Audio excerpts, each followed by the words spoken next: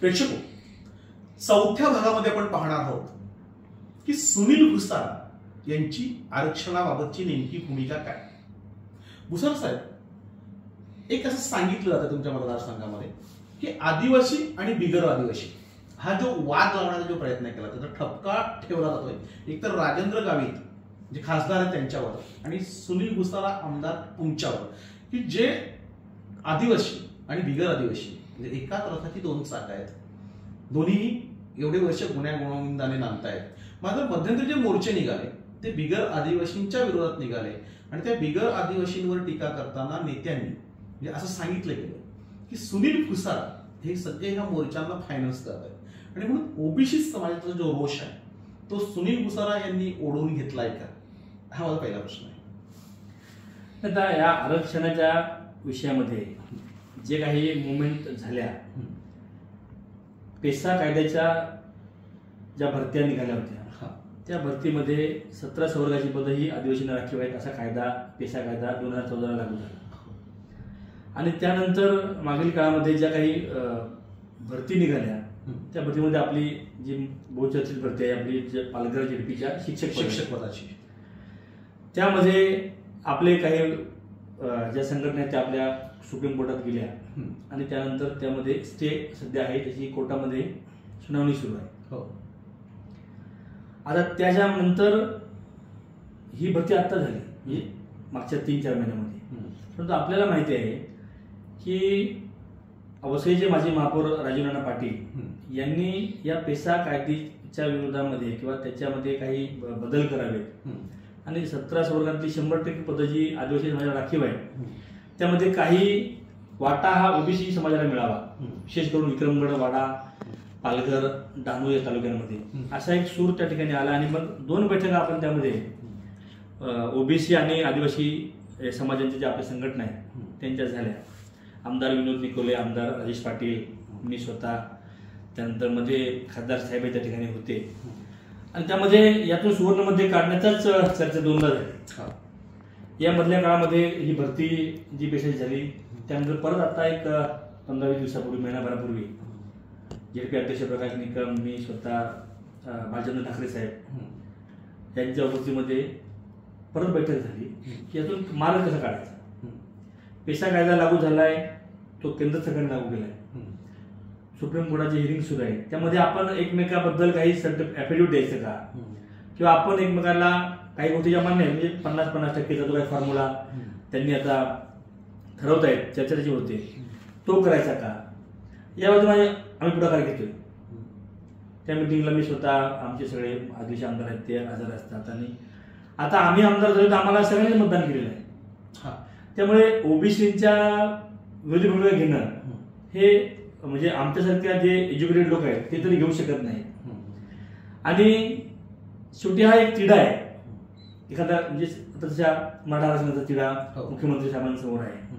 त्यामध्ये ओबीसीच्या आरक्षण धक्का न लावता ही भूमिका नेहमीच आमच्या पक्षाने घेतलेली आहे. तर त्यामध्ये सुवर्णमध्ये करण्यासाठी ही सगळी आम्ही जो काही प्रयास आम्ही करतोय त्यामध्ये आम्ही कुठला फायनान्स करणं म्हणजे ओबीसी आरक्षणाच्या मोर्चांना सुद्धा आम्ही त्या ठिकाणी म्हणजे शेवटी आम्ही सर्वांचे प्रतिनिधी आहोत. कोणी कोणाचा मोर्चा काढणं, आता बाजू मांडताना आपण ज्याला आपण म्हणतो अकॅडमिक डिस्कशन, एक प्रबळ काय सुदृढ चर्चा होणं हे महत्वाचं आहे.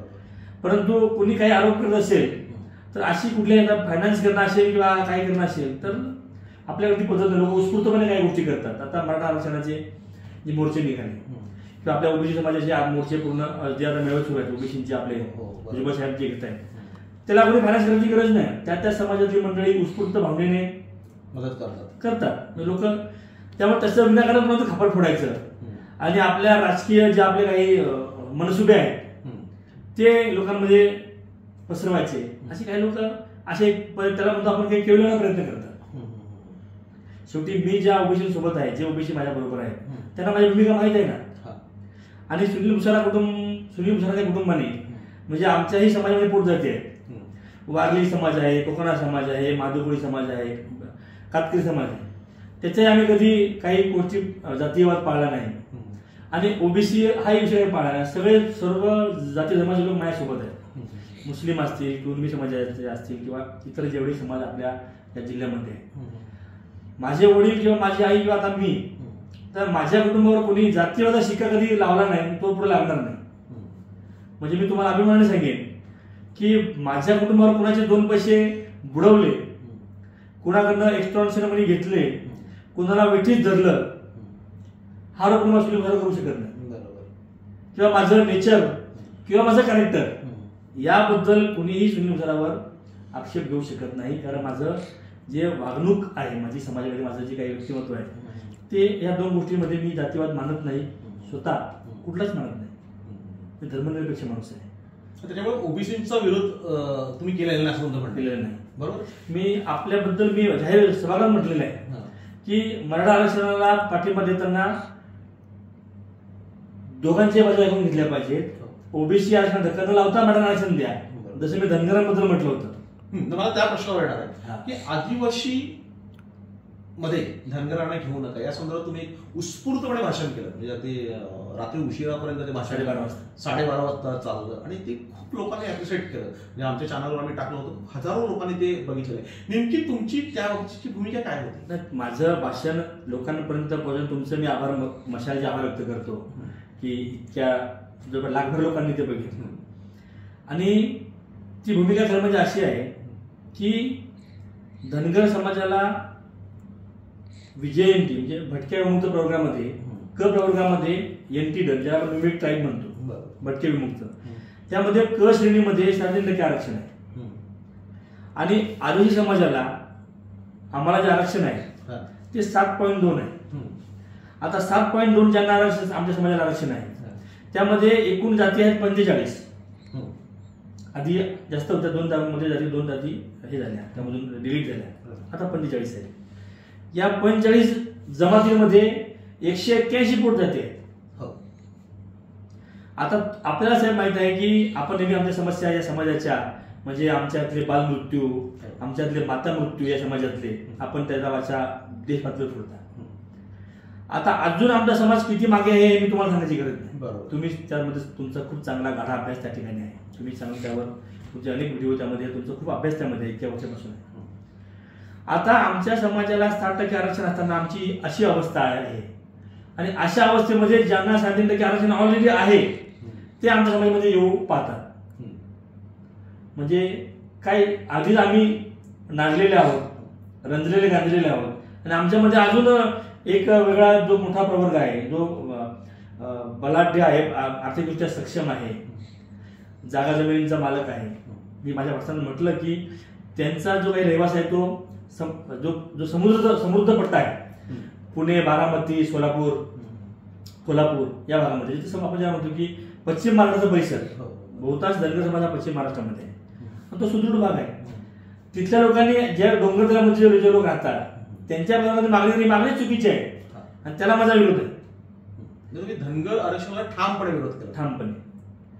आणि 1986 साली धनगर समाजाचे यशवंत सर त्यांनी 1986 साली अपील केलं सुप्रीम कोर्टामध्ये की आम्ही धांगड जे एक नावाचं एक नाव आहे कर्नाटकच्या आणि काही राज्यांमध्ये, त्यांना आरक्षण आहे. तर त्या धांगड या समाजाचा या शब्दाचा वापर करून त्यांचं म्हणणं आहे की हे धांगड म्हणजे आम्ही धनगर आहोत. धनगड आम्ही हे आहोत आणि म्हणून आम्हाला आरक्षण द्या. म्हणजे शब्दाचा खेळ त्याला ज्याला म्हणतो, शब्दाचा खेळ आपण ज्याला म्हणतो.